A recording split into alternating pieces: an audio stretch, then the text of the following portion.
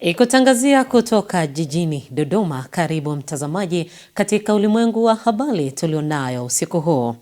Maadhimisho ya sherehe za Muungano yasitishwa, fedha zapelekwa kurekebisha barabara. Nako kimataifa, Papa Leo wa 14 awasili nchini Angola katika ziara yake. Na katika michezo, uwanja wa Benjamin Mkapa ni kivutio kitaifa na kimataifa. Hujambo mtazamaji popote pale ulipo, na karibu katika ulimwengu wa habari. Jina langu ni Zinazile Mswima. Waziri Mkuu Dr. Mwigulu Nchemba amesema Rais wa Jamhuri ya Muungano wa Tanzania Mheshimiwa Rais Samia Suluhu Hassan ameelekeza fedha zilizokuwa zimepangwa kugharamikia maadhimisho ya sherehe za Muungano mwaka huu zitumike kukarabati miundombinu ya barabara zilizoharibiwa na mvua zinazoendelea kunyesha hapa nchini. Mwandishi wetu ana ufafanuzi wa taarifa hii. Mheshimiwa Waziri Mkuu ameyasema hayo leo ofisini kwake Mlimwa jijini Dodoma, wakati alipokuwa akiutaarifu umma kuhusu maadhimisho ya miaka 62 ya Muungano wa Tanganyika na Zanzibar yatakavyofanyika. Kama ilivyoelekezwa na serikali, maadhimisho ya sherehe za Muungano miaka 62 kati ya Tanganyika na Zanzibar kwa mwaka huu 2026 yataadhimishwa kwa kauli mbiu inayosema miaka 62 ya Muungano, amani, umoja na mshikamano ni msingi wa maendeleo endelevu. Aidha, kauli mbiu hii ya maadhimisho haya inaonyesha ni kwa jinsi gani serikali ya awamu ya 6 inayoongozwa na Daktari Samia Suluhu Hassan, Rais wa Jamhuri ya Muungano wa Tanzania, inaweka mkazo katika umoja na mshikamano wa wananchi wa Tanzania kupitia makundi yote. Maadhimisho ya sherehe za miaka 62 ya Muungano yatafanyika katika ngazi za mikoa yote nchini, na viongozi wakuu wa kitaifa watafanya shughuli za kutembelea, kuweka mawe ya msingi na kuzindua miradi ya maendeleo. Aidha, kwa upande wa wakuu wa mikoa imepangwa pia kufanya shughuli za kutembelea, kuweka mawe ya msingi na kuzindua miradi ya maendeleo, pamoja na kushiriki katika shughuli za usafi wa mazingira, kupanda miti na kufanya maadhimisho ya michezo mbalimbali. Hivyo basi, serikali inaomba wananchi kushiriki kwa pamoja katika shughuli hizo ili kujivunia na kuweka sifa ya kipekee katika namna ambayo tutaendelea kuenzi muungano wetu wa Tanzania. Kwa upande wa Zanzibar, patafanyika pia shughuli za kijamii ambazo zinahusiana na upandaji miti, usafi wa mazingira, maadhimisho ya michezo na sanaa mbalimbali, mashindano ya uandishi wa insha kwa shule za msingi na sekondari, kwa mahojiano maalum na wazee maarufu, midahalo, makongamano kuhusu muungano na hatua za maendeleo zilizofikiwa hadi sasa. Aidha, namshukuru Mheshimiwa Rais kwa kuelekeza kuwa fedha ambazo zingetumika kwa kufanya maadhimisho haya kwa gwaride na michezo ya halaiki zitumike katika shughuli nyingine za maendeleo, ikiwemo ukarabati wa miundombinu ya barabara ambazo kama tunavyojua zimeharibiwa na mvua zinazoendelea kunyesha katika maeneo mbalimbali hapa nchini. Kauli mbiu ya maadhimisho hayo ni miaka 62 ya Muungano, amani, umoja na mshikamano ni msingi wa maendeleo endelevu. Mohamed Magesa, Sky TV, Dodoma. Waziri wa Nchi Ofisi ya Rais Maendeleo ya Vijana Joel Nanauka ameliomba Bunge kupitisha bajeti ya jumla ya shilingi bilioni 35 5,957,298,000 kwa mwaka wa fedha 2026-2027 kwa ajili ya matumizi ya kawaida na ya maendeleo. Mheshimiwa Waziri Nanauka amesema hayo leo wakati akiwasilisha hotuba ya bajeti ya Ofisi ya Rais Maendeleo ya Vijana. Katika kusimamia programu za uwezeshaji vijana na kiuchumi, Wizara imetoa mikopo ya vifaa yenye thamani ya shilingi milioni 824,463,770 kwa vijana 126 katika mkoa wa Mwanza vijana 39, Mtwara vijana 40, Mbeya vijana 22, Rukwa 10 na Arusha 15 kupitia mfuko wa maendeleo ya vijana ili kuwawezesha kujiajiri na kuajiri wengine. Aidha, wizara imeendelea kuboresha mifumo ili kupunguza changamoto na vikwazo vilivyokuwepo hapo awali. Kwa sasa mikopo inatolewa kwa vikundi na pia kwa kijana mmoja mmoja, lakini pia mikopo ina kipindi cha rehema, yani grace period, kuanzia miezi 3 hadi miezi 6, isipokuwa kwa miradi maalum ya kilimo, uvuvi na ufugaji inapewa kipindi cha rehema cha miezi 8, na riba imepunguzwa hadi 5% kwa kipindi chote cha mkopo. Lakini pia imejikita kwenye uwezeshaji wa vifaa badala ya fedha peke yake, na wizara imeingia makubaliano na taasisi za kifedha kwa ajili ya kutoa mikopo na mafunzo kwa vijana, ambapo wanufaika hupatiwa mafunzo kabla ya mkopo, wakati na pia wakati wa uzalishaji. Mikakati ya wizara ni kuwafanya vijana wa nchi wasiwe watazamaji, bali wawe washiriki na wamiliki wa uchumi wa taifa letu. Tutawasikiliza na tutawashirikisha. Mheshimiwa Mwenyekiti, sasa naliomba bunge lako tukufu likubali kupitisha bajeti ya shilingi bilioni 35,957,298,000 ikijumuisha shilingi bilioni 30,104,264,000 ya matumizi ya kawaida na shilingi bilioni 5,853,034 kwa ajili ya matumizi ya maendeleo. Mheshimiwa Mwenyekiti, naomba hotuba yangu hii pamoja na kitabu cha hotuba tulichowasilisha na randama tuliyowasilisha ziingie katika kumbukumbu rasmi za bunge lako tukufu. Mtazamaji, tuangazie taarifa nyingine kutoka kule jijini Dar es Salaam. Ajenda ya taka sifuri imeanza kueleweka kwenye jamii baada ya kampuni ya usafi ya Kajenjere kubuni teknolojia ya kutengeneza mbolea na chakula cha mifugo kwa kutumia nzi chuma ambao chakula chao ni takataka.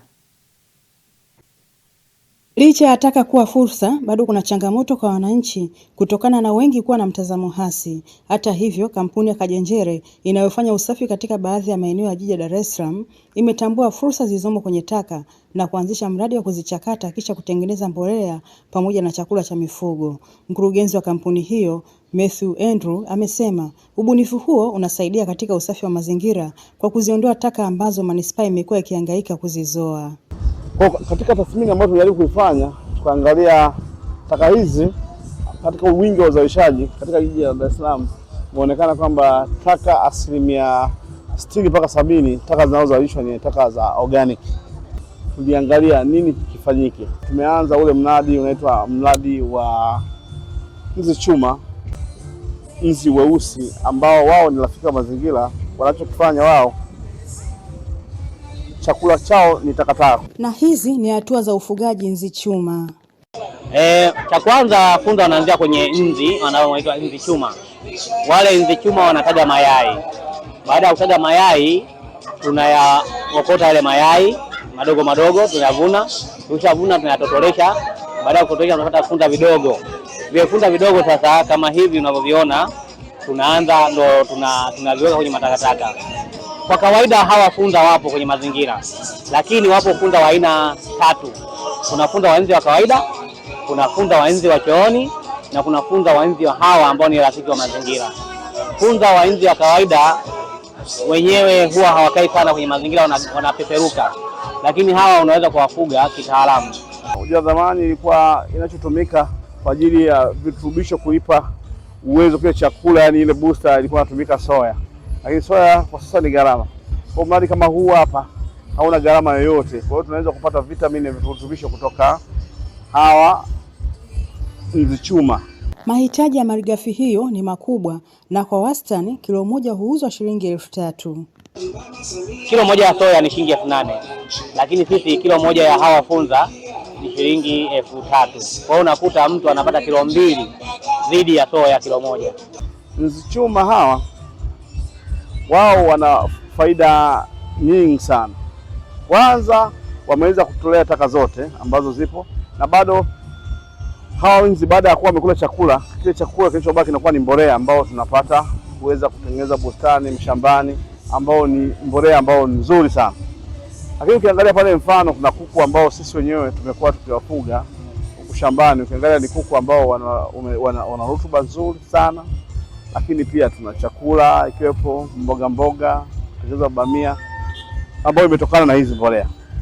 Kwa hiyo wananchi waelewe kwamba taka ni fursa, si kama kila taka yote unaweza kutupa. Elimu inaendelea kutolewa kwa wananchi juu ya mbinu za kubadilisha taka kuwa malighafi au bidhaa nyingine, hatua inayolenga kuzifanya taka kuwa fursa kiuchumi. Kutoka Dar es Salaam, Nora Damian, Sky TV. Baraza la waheshimiwa madiwani la halmashauri ya wilaya ya Songwe likiongozwa na mwenyekiti wa halmashauri Mheshimiwa Abraham Sambila Kugaluka limeazimia kwa kauli moja kuwa soko jipya la madini linaloendelea kujengwa katika kata ya Mkwajuni lipewe jina la mkurugenzi mtendaji wa halmashauri hiyo CPA Cecilia Kavishe. Hatua hiyo ni sehemu ya kutambua mchango na jitihada zake katika kuleta maendeleo wilayani Songwe. Uamuzi huo umefikiwa katika mkutano wa baraza la waheshimiwa madiwani wa halmashauri ya wilaya ya Songwe. Ujenzi wa soko la madini la wilaya unafanyika kwa kutumia mapato ya ndani, ikiwa pia ni sehemu ya kumshukuru Rais wa Jamhuri ya Muungano wa Tanzania Mheshimiwa Dr. Samia Suluhu Hassan kwa juhudi zake za kuboresha mazingira ya wachimbaji wadogo wilayani Songwe. Aidha, mradi huo unatarajiwa kuongeza mapato ya halmashauri, kuwa kichocheo kikubwa cha biashara ya madini, kutoa ajira kwa wananchi na kuboresha mazingira ya biashara kwa wachimbaji wadogo, wakiwemo wana kikundi cha Saza Gold Family ambao wanatarajiwa kunufaika na mkopo wa shilingi bilioni 50 uliowezeshwa na serikali ya Rais Dr. Samia Suluhu Hassan. Mkurugenzi tunakupa lile jina lile soko tumebatiza jina lako. Sio kwa bahati mbaya. Ni haki yako upate. Kwa sababu unawiwa na maendeleo ya wanasongwe, ndio maana unajituma usiku na mchana kufanya hizo shughuli. Mimi nasema Mwenyezi Mungu akujalie afya njema kwa kipindi cha kazi kutoka kwa Songwe, wala mbaki uache alama ambayo itakuwa ni kumbukumbu kwetu na vizazi vijavyo. Na sisi tunataka kupa ushirikiano.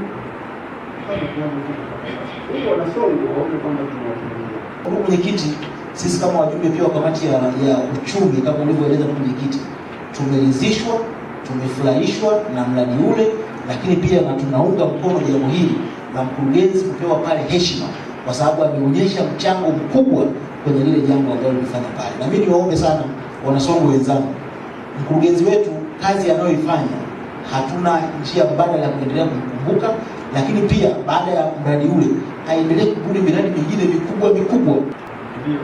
Mheshimiwa Mwenyekiti, kwa namna pekee kabisa niweze kutoa shukrani kubwa sana kwenu Mheshimiwa madiwani kwa heshima ambayo mmeweza kunipatia kwenda kuitoa jina langu ndani ya soko la madini. Mheshimiwa Mwenyekiti, naendelea kushukuru sana Mheshimiwa madiwani, naendelea kushukuru ofisi ya mkuu wa wilaya, ofisi ya mbunge, lakini pia na ofisi ya TRA pamoja na tume ya madini. Wote tunashirikiana, ofisi zote ambazo pia tumewalika ndani ya jengo hili kwa siku hii ya baraza. Naomba niwashukuru sana, na mimi niwashukuru sana mwenyekiti, makamu mwenyekiti na wote ambao mmeona nafaa Cecilia Kavishe kuweza kupewa jengo lile la soko la madini na kuita jina lake. Mtazamaji, unaendelea kutazama ulimwengu wa habari kutoka hapa Sky TV tulionayo siku huu. Zoezi la ufuatiliaji uokozi la mgodi wa Msasa la hitimishwa. Karibu tena mtazamaji, unaendelea kutazama ulimwengu wa habari kutoka hapa Sky TV na langu jina ni Zinazire Mswima. Jeshi la Zimamoto na Uokoaji mkoani Geita limehitimisha zoezi la ufuatiliaji mgodi wa Msasa uliopo wilaya ya Bukombe mkoani Geita kufuatia baadhi ya maduara katika mgodi huo kutitia na kuzua sintofahamu ya watu kupoteza maisha. Mwandishi wetu kutoka mkoani Geita ana ufafanuzi wa taarifa hiyo. Kaimu kamanda wa Jeshi la Zimamoto na Uokoaji mkoa wa Geita Kenneth Mwakasitu amesema zoezi la ufuatiliaji limefikia tamati, huku akisema hakuna mtu aliyepata madhara baada ya maduara kutitia. Ukiangalia vitu vilivyopatikana ni vile ambavyo vinatusaidia kwenye uchimbaji. Kuna winchi zimepatikana, kuna generator zimepatikana, kuna zile engine ambazo tunasema ni pikipiki zimepatikana. Pia utaona kuna vitu vidogo vidogo kama vile bambam ile inatumika ku drill imepatikana. Utaona kuna lile begi ni msimamizi ambalo ndani yake kuna madaftari ya maelekezo yamepatikana. Na kwenye yale madaftari yameonyesha kabisa lile maduara yetu yalikuwa yamesimamishwa, shughuli za uzalishaji zisiendelee. Na kweli ni siku 3. Kwa hiyo ni pongeze sana mgodi kwamba katika swala zima la usalama liko vizuri na wanasimamia. Kwa hiyo nitoe rai kwa migodi mingine waweze kuwatumia ma-inspector, ma-supervisor na machifu kwenye usalama, kwa sababu Jeshi la Zimamoto, Jeshi la Polisi, ofisi ya madini haiwezi likakagua kila duara kila siku. Kwa kupitia hao ambao tumewaamini, tunaomba kufanya kazi kwa bidii na kwa uaminifu. Mwakasitu amesema mpaka wanakamilisha zoezi la ufuatiliaji wamepata baadhi ya vifaa vya uchimbaji, huku akiwataka wamiliki wa migodi kuwatumia vizuri wasimamizi kuhakikisha kuna usalama katika migodi. Mmoja wa wasimamizi wa mgodi wa Msasa, Mfalme Musa, amesema kufuatia kutitia kwa baadhi ya maduara siku za hivi karibuni katika mgodi huo hakuna aliyepata madhara. Asante. Kwa majina naitwa Mfaume Musa. Ni kwamba toka mwanzo wa tukio tarehe 29 tumeshiriki na vitengo vyote kwa pamoja, Jeshi la Zimamoto, Ulinzi na Usalama kwa niaba ya polisi, lakini pia uongozi wa madini, mainjinia tumejumuika nao. Kitu ambacho tumekishuhudia ni kwamba zoezi hili lilipanuliwa sana kwa sura ambayo si sahihi. Uokoaji wetu tumeokoa mainjini na baadhi ya majeneta na vifaa vile vya kuchimbia aina ya bambamu. Kwa haya yote yaliyozungumzwa ilikuwa ni sehemu ya uzushi, kwani tukio halisi ilikuwa ni tukio kama tukio, lakini halikupelekea kuonyesha dalili ya vifo wala majeruhi. Machi 29 mwaka 2026, taarifa zilisambaa katika mitandao ya kijamii kuwa baadhi ya maduara katika mgodi wa Msasa yametitia na baadhi ya watu wanahofiwa kupoteza maisha, taarifa ambayo ilikuja kukinzana na ile ya Jeshi la Polisi ilionyesha hakuna mtu aliyepoteza maisha. Michael Francis Bundala, Sky TV. Mtazamaji, moja kwa moja tuelekee kule mkoani Kagera.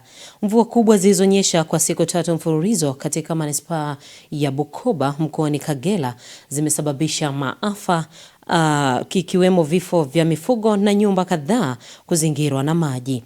Joel Jafet, mkazi wa Matopeni, ameelezea namna alivyopoteza mifugo yake na vyakula kusombwa na maji, huku mkuu wa wilaya ya Bukoba Erasto Sima akithibitisha kuwa serikali inaendelea kufanya tathmini ya kina ya uharibifu huo ili kuchukua hatua stahiki. Yuko mwananchi mmoja alikuwa na kuku zaidi ya 500 na kuku zaidi ya 500 kwanza wamekufa kwenye mabanda yale, tumekuta wanaelea tu wamekufa. Lakini kama itoshi, pia vyombo vya watu vimeondoka kwenye maeneo yale na baadhi ya nyumba zimebomoka, lakini nashukuru kwamba kule hamna madhara ya vifo. Tunashukuru maji kwenye nyumba za kata ya Bakoba zimeendelea kusafiri kwenda ziwani mtaa wa Nyakanyasi, na sasa wamebaki wananchi wanasafisha tu nyumba zao. Ndio tusikia kuku wanalia.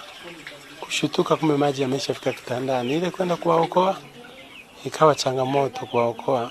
Yaani kwa sababu ilikuwa ni ghafla, tukujua tufanye nini. Walikuwa kuku 400 wadogo. Alafu hao ambao walikuwa wanapaswa kuanza kuuzwa wiki ijayo ndio hawa. Sababu hao ni kuku wa nyama. Walikuwa kuku na wenyewe walikuwa 400. Hayo jumla walikuwa kuku 800. Kwa hiyo katika 18 naona waliobaki ni hao, wala sijawahesabu, lakini naona idadi yake ni ndogo sana.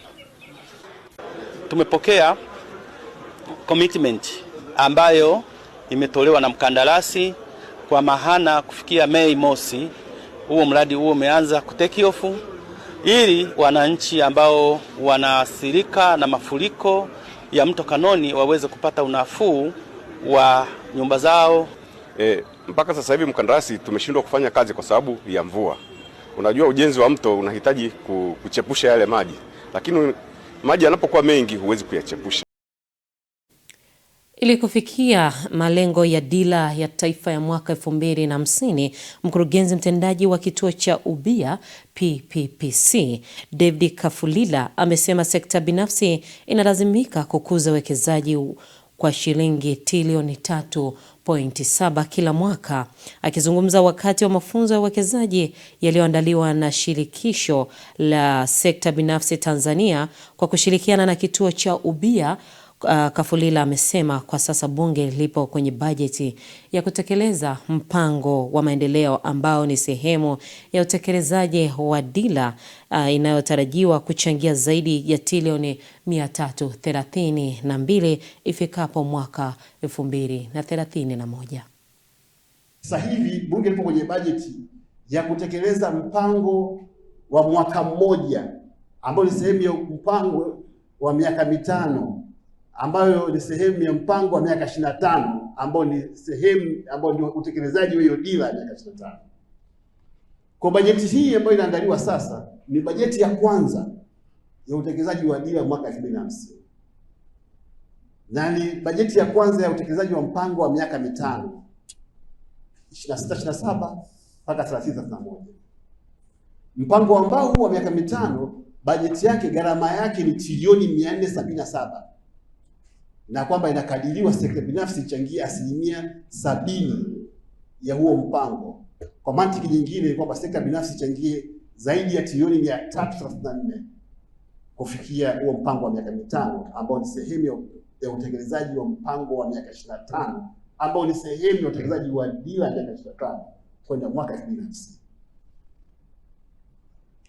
Sasa mpango huu wa miaka 5 na hiyo dira na mpango huo wa muda mrefu na hiyo dira yenyewe inahitaji tuukuze uchumi kwa sio chini ya 11% kwa mwaka. Lakini ili kukuza uchumi kwa kiwango hicho unahitaji investment kubwa maradufu ya hiyo. Unahitaji investment kubwa maradufu ya hiyo. Kuna makadirio yanaonyesha kwamba ili kufikia uchumi wa dola trilioni 1 inatakiwa uwe na investment ya walau dola trilioni 3.7. Yaani ili kufikia uchumi wa dola trilioni 1 2050 inatakiwa uwe walau na investment ya dola trilioni 3.7. Ni one of the estimates, yani estimates za experts kwenye uchumi. Kwa hiyo unaweza kuona ni kwa namna gani inahitajika investment kubwa kuweza kufikia hiyo dira. Kwa katika muktadha huo, maana yake sekta binafsi ndio moyo, ndio engine kwa jina lolote lile tutakaloliita kuonyesha umuhimu wa kufikia huku tunakotaka kufika. Lakini sekta hiyo binafsi kuna hii ya ndani na ya nje. Umekuwa mjadala kwamba hakuna nchi ijenga uchumi kwa kutegemea investment kutoka nje. Sifai, hamna mjadala. Ni kweli kwamba hakuna nchi ijenga uchumi kwa kutegemea investment kutoka nje. Lakini pia hakuna nchi ijenga uchumi kwa kujifungia na investment ya ndani. So we just need to balance it. Tunahitaji investment ya ndani kama kipaumbele, lakini pia tunahitaji investment ya nje kufikia huo ukubwa. Mtazamaji, mapumziko yafuatayo atakwenda kutuunganisha moja kwa moja na Jeremia Isaya katika habari za biashara pamoja na uchumi.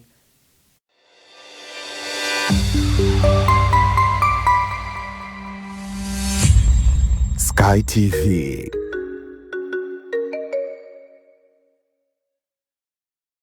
Habari, jina langu ni Sarah kutoka ZIC. Kazi yangu ni kukuongoza katika kufanya maamuzi sahihi ya kujikinga wewe na mali yako dhidi ya majanga yasiyotarajiwa kwa kupata bima kutoka ZIC. Je, unaifahamu ZIC? ZIC ni shirika la bima lililoanzishwa mwaka 1969 kutoa huduma za bima kwa wananchi, taasisi za umma na binafsi kwa lengo la kulinda uchumi wa watu binafsi na nchi yetu kwa ujumla. Lengo letu ni kuwa kampuni ya bima inayoaminika na wateja na kutambulika kote Afrika Mashariki. Dhamira yetu ni kulinda na kuwawezesha wateja wetu kwa kuwapa huduma bora na za kuaminika. Baada ya utangulizi wangu, je, ungependa kujua kuhusu huduma zetu? ZIC tunatoa huduma za bima za mali na ajali, na kati ya hizi ni bima ya magari, bima ya wizi, bima ya moto, bima ya mizigo. Je, unazijua branchi zetu? Kuhakikisha tunawafikia wateja wetu nchi nzima, tunatoa huduma zetu kupitia ofisi zetu kuu zilizopo mtaa wa Mpirani pamoja na matawi yetu yafuatayo: Amani, Marhubi, Chake Chake, Dar es Salaam, Dodoma, Mwanza, Kahama, Arusha, Tanga, Mbeya na Mtwara. Unajua ni njia gani tunazotumia kuwapa wateja wetu huduma? Tunatoa huduma kupitia ofisi zetu, kupitia mawakala na madalali wa bima waliosajiliwa na Mamlaka ya Bima Tanzania, kupitia mawakala wa Bank Assurance na pia kupitia mitandao ya simu kupitia Voda Bima na Mix by Yas. Karibu ufurahie huduma zetu kwa masaa 24. Tunakujali.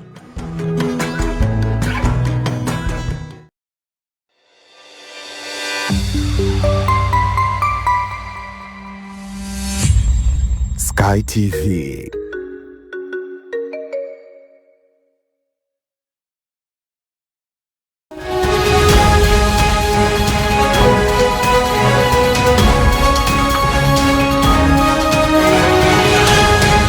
Biashara na uchumi. Mtazamaji, karibu katika habari za biashara na uchumi. Mimi ni Jeremia Isaya. Waziri wa Viwanda na Biashara Mheshimiwa Judith Kapinga amesema sekta ya matukio na biashara za sherehe imeendelea kuwa muhimili katika kukuza uchumi wa taifa na kuchochea ajira, ubunifu na ukuaji wa biashara ndogo na za kati nchini. Waziri Kapinga amesema hayo katika kilele cha maonyesho ya wafanyabiashara wa sherehe alimaarufu kama Adobe Labo Wedding Trading Fair msimu wa 4 jijini Dar es Salaam. Wengine wanaweza wakaona sekta hizi zina mchango labda mdogo kwenye biashara, lakini mimi nataka niwaambie, sisi kama serikali tuna maono yetu miaka 25 ijayo, na katika maono yetu kwa sasa hivi tunataka sekta ya biashara iendeshwe na sekta binafsi kwa 70%. Yaani tunataka mitaji yote ya biashara, dira yetu ya 2050, tunataka investment capital, wataalamu wanasema, itokee kwenye sekta binafsi. Sekta binafsi na biashara za aina nyingi, na mojawapo ya biashara na sekta muhimu sana ni sekta ya kutoa huduma, kwa sababu ni sekta ambayo utake ustake ipo katika jamii.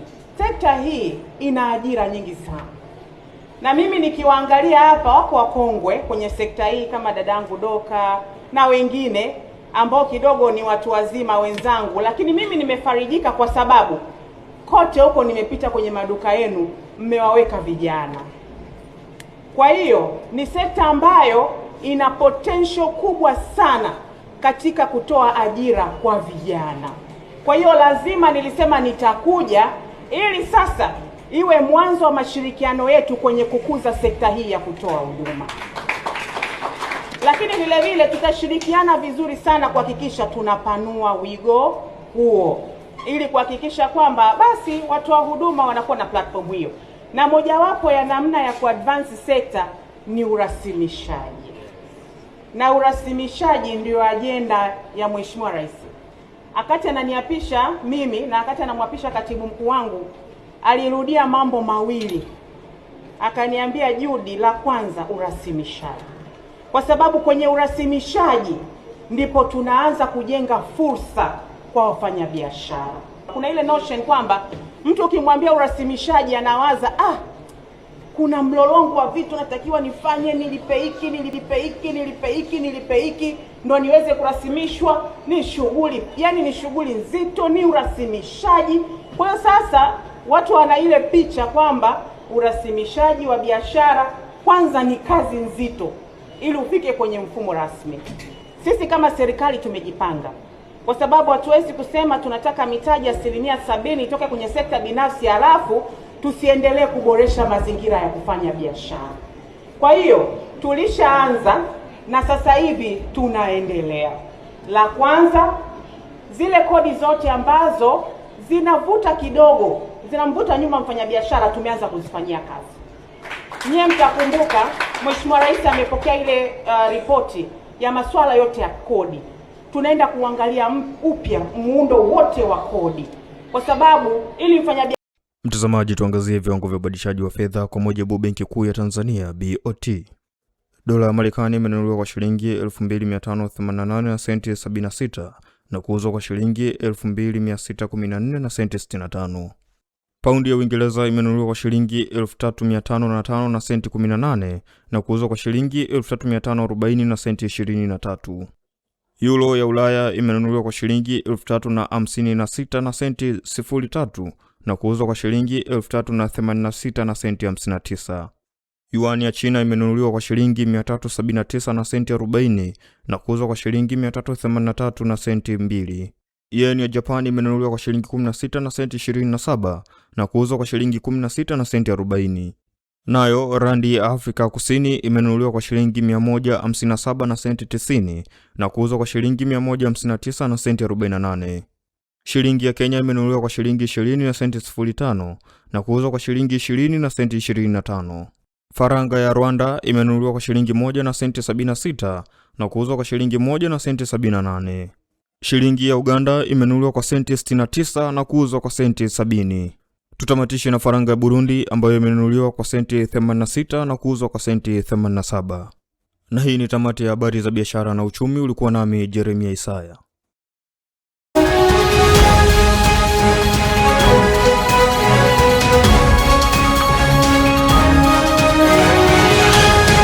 Biashara na uchumi. Ufuatao ni mkusanyiko wa habari za kimataifa. Tunaungana na Pius Jayunga.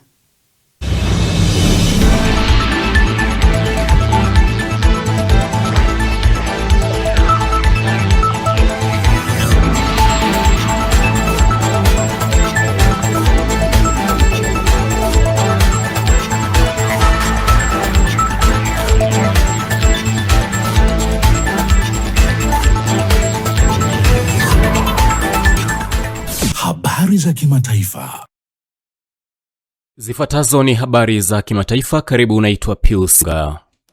Kiongozi wa kanisa Katoliki duniani Papa Leo wa 14 ameongoza misa kubwa siku ya Jumapili katika mji mkuu wa Angola, Luanda. Papa Leo alitembelea pia eneo takatifu la Mama Muksima pembezoni mwa mto Kwanza na alifanya ibada katika hekalu la Kikatoliki lililokuwa kitovu cha biashara ya watumwa wa Kiafrika wakati wa utawala wa wakoloni wa Ureno, huku akikumbuka huzuni na mateso makubwa ambayo Waangola walivumilia kwa karne nyingi. Angola ni kituo cha 3 katika ziara ya Papa Leo barani Afrika. Baada ya Angola, ziara ya Papa Leo inaelekea Guinea ya Ikweta atakapohitimisha ziara yake ya siku 10 itakayokamilika ifikapo Aprili 23 mwaka huu. Kwingineko, serikali ya Irani imesema haina mpango wowote wa kuhudhuria mazungumzo mapya ya amani na Marekani yaliyotarajiwa kufanyika siku ya Jumatatu mjini Islamabad.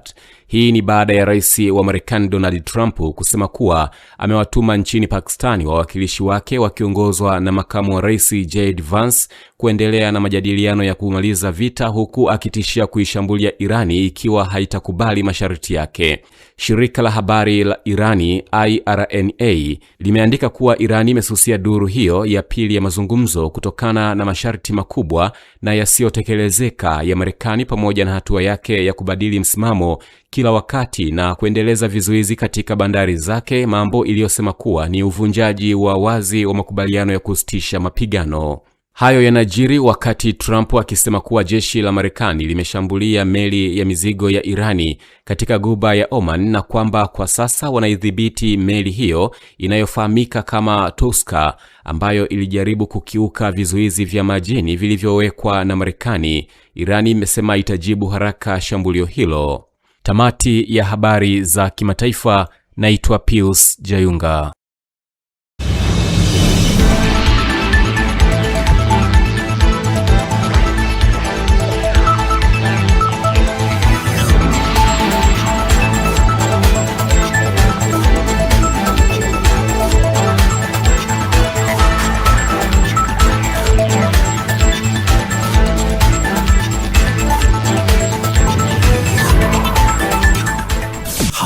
za kimataifa.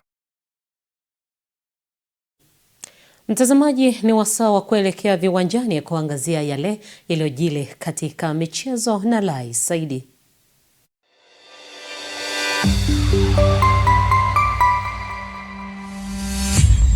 Sky TV.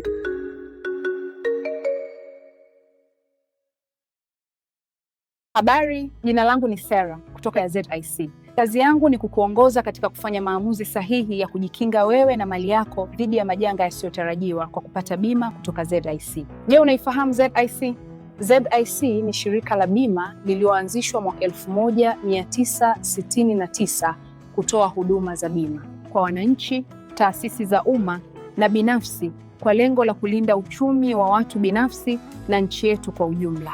Lengo letu ni kuwa kampuni ya bima inayoaminika na wateja na kutambulika kote Afrika Mashariki. Dhamira yetu ni kulinda na kuwawezesha wateja wetu kwa kuwapa huduma bora na za kuaminika. Baada ya utangulizi wangu, je, ungependa kujua kuhusu huduma zetu? ZIC tunatoa huduma za bima za mali na ajali, na kati ya hizi ni bima ya magari, bima ya wizi, bima ya moto, bima ya mizigo. Je, unazijua branchi zetu?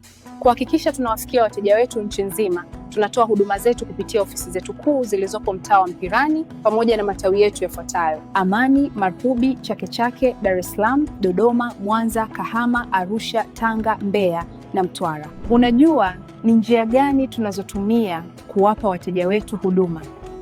Tunatoa huduma kupitia ofisi zetu, kupitia mawakala na madalali wa bima waliosajiliwa na Mamlaka ya Bima Tanzania, kupitia mawakala wa Bank Assurance na pia kupitia mitandao ya simu kupitia Voda Bima na Mix by Yas.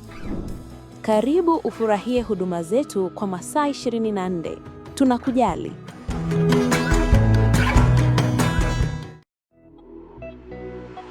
Uongozi wa shule za Iyula Malaika Pre and Primary School zilizopo Ntyuka Dodoma na Mantengu B mji wa Vwawa mkoani Songwe unatangaza nafasi za masomo kwa wanafunzi wa awali na msingi. Kwa wanafunzi wa awali, shule inapokea watoto kuanzia umri wa miaka 2 na kuendelea. Na kwa wanafunzi wa elimu ya msingi, shule ya Iyula Malaika iliyopo Ntyuka jijini Dodoma inapokea wanafunzi kuanzia darasa la 1 mpaka la 4. Na shule ya Iyula Malaika iliyopo Vwawa mkoani Songwe inapokea wanafunzi kuanzia darasa la 1 hadi la 5. Mzazi au mlezi unakaribishwa kumleta mwanao katika shule za Iyula Malaika kwa elimu bora zaidi. Kwa mawasiliano zaidi piga simu namba 0745557379 au 0742062424 na 0793186716. Sky TV inakukaribisha mfanyabiashara, mjasiriamali, taasisi na mashirika mbalimbali kutangaza biashara yako kwa gharama nafuu. Sky TV itafurahi kuwa sehemu ya kufanikisha ndoto yako ya kukua kibiashara. Karibu utangaze nasi ili kuwafikia wateja wengi kutoka maeneo mbalimbali ndani na nje ya nchi. Kwa maelezo zaidi, wasiliana na mkuu wa kitengo cha masoko kupitia simu namba 0673336199 au 0794963336. Wakati wa kukua kibiashara, taasisi au shirika lako ni sasa. Changamkia fursa hii. Sky TV, above the limit.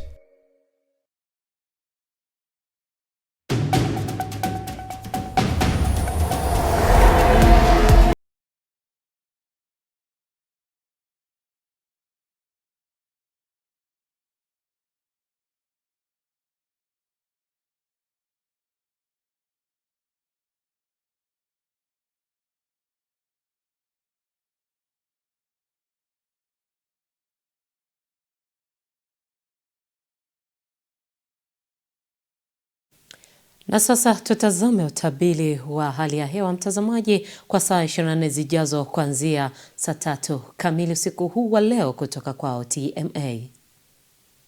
Ni siku nyingine tena mpenzi mtazamaji, na nikukaribishe katika utabiri wa hali ya hewa wa saa 24 zijazo kuanzia saa 3 usiku.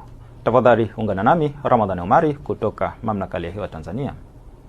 Mifumo anga inaendelea kuonyesha viashiria vya mvua katika baadhi ya maeneo hapa nchini, hususan maeneo nyanda juu kaskazini mashariki, ukanda wetu wa pwani kuelekea kusini mwa nchi. Na kwa usiku wa leo, maeneo nyanda juu kaskazini mashariki, pwani yetu ya kaskazini, pwani ya kusini pamoja na mkoa wa Morogoro kunatarajiwa kuwa na hali ya mawingu kiasi, mvua na ngurumo za radi katika maeneo machache. Na maeneo mengine nchini salia yanatarajiwa kuwa na hali ya mawingu kiasi na makavu kwa ujumla. Na kwa siku ya kesho, maeneo yanazunguka Ziwa Victoria, magharibi mwa nchi yetu, nyanda juu kaskazini mashariki, pwani yetu ya kaskazini, pwani ya kusini pamoja na mkoa wa Morogoro kunatarajiwa kuwa na hali ya mawingu kiasi, mvua na ngurumo za radi katika maeneo machache na vipindi vya jua. Kwa maeneo ya kati mwa nchi yetu, nyanda ya juu kusini magharibi pamoja na mkoa wa Ruvuma kunatarajiwa kuwa na hali ya mawingu kiasi, mvua katika maeneo machache na vipindi vya jua.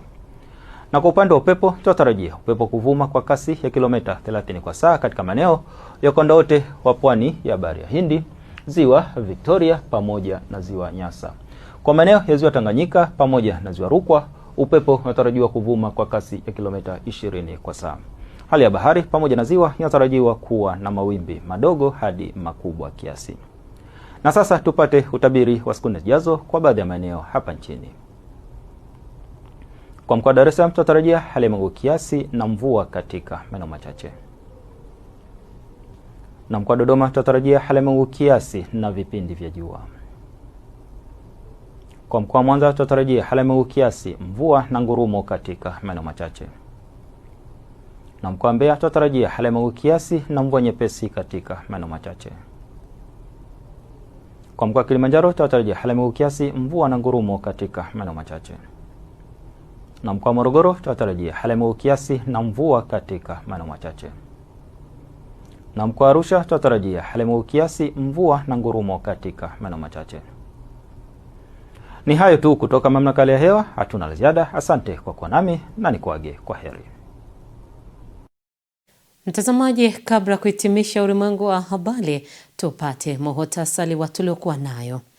Maadhimisho ya sherehe ya Muungano yasitishwa, fedha zapelekwa kurekebisha barabara. Papa Leo wa 14 awasili nchini Angola katika ziara yake.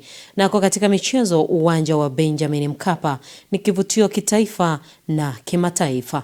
Mtazamaji, nafika tamati katika ulimwengu wa habari. Nikutakia utazamaji mwema wa vipindi vinavyoendelea hapa Sky TV. Langu jina ni Zinazile Mswima, uwe na usiku mwema.